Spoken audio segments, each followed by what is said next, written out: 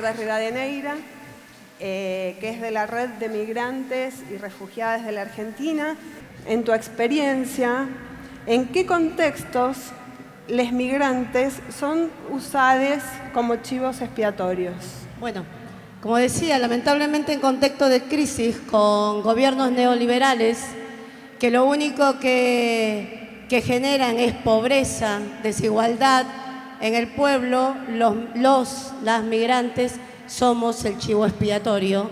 Nosotros tenemos la culpa de que no haya trabajo, cuando en realidad tiene que ver con las políticas de hambre. Nosotros tenemos la culpa. En realidad los migrantes y las migrantes somos los culpables de todo, quizás porque para ellos somos un grupo, una minoría que no es tan así ahora, pero que para ellos somos una minoría que quizás en todo este tiempo también nos ha servido para empezar a entendernos como sujetos y sujetas políticas, que creo que es allí donde está la diferencia, donde por eso es que ellos nos usan como chivos expiatorios, porque no somos un costo político para ellos. Entonces, en contexto de crisis hay que culpar a alguien, y a quién mejor que a los y las migrantes que no tienen una representación política,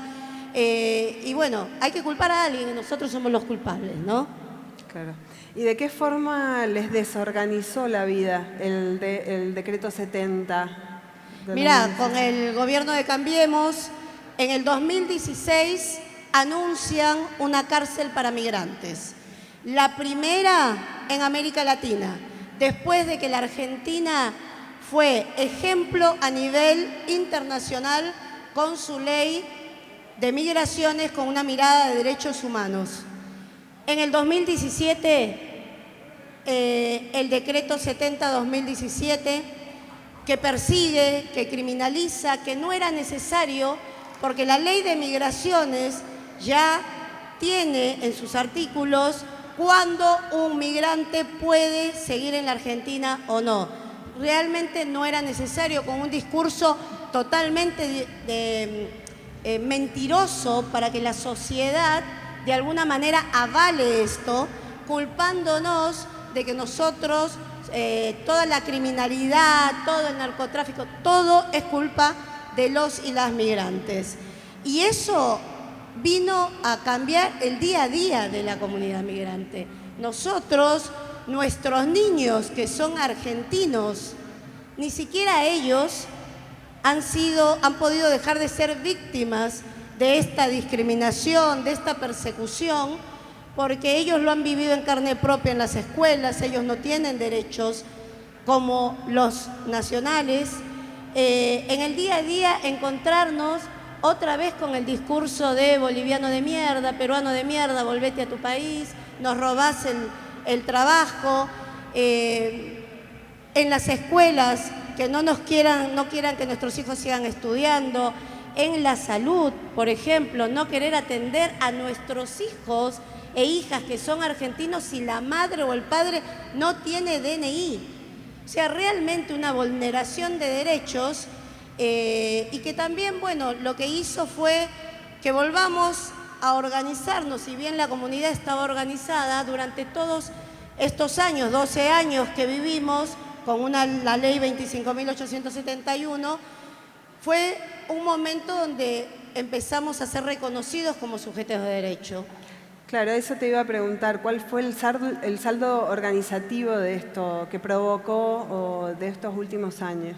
Sí, nosotros, si bien estuvimos organizados en su momento con la ley Videla para lograr una nueva ley que es la 25.871, que actualmente rige a la política migratoria en Argentina, también vivimos unos años de tranquilidad y digamos que íbamos ya por otros derechos, como te decía al inicio, el derecho por ser considerados sujetos y sujetas políticas.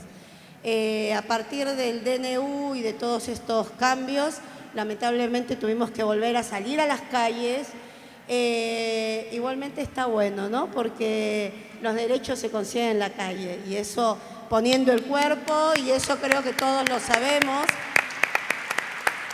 Y toda la comunidad empezó otra vez a unirse, a organizarse, junto con las organizaciones de derechos humanos, la propia academia, el CEL siempre al lado nuestro.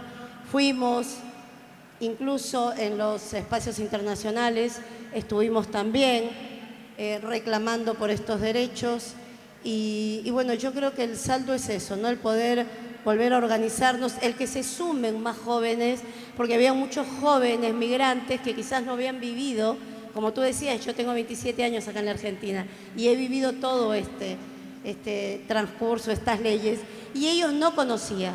Entonces, que hoy se sumen, ¿no?, a esta lucha y que entiendan que hay que seguir defendiendo los derechos, porque los derechos hay que defenderlos y el pueblo es quien sale a defenderlo y la comunidad migrante es parte de ese pueblo acá en la Argentina. Gracias, Lourdes.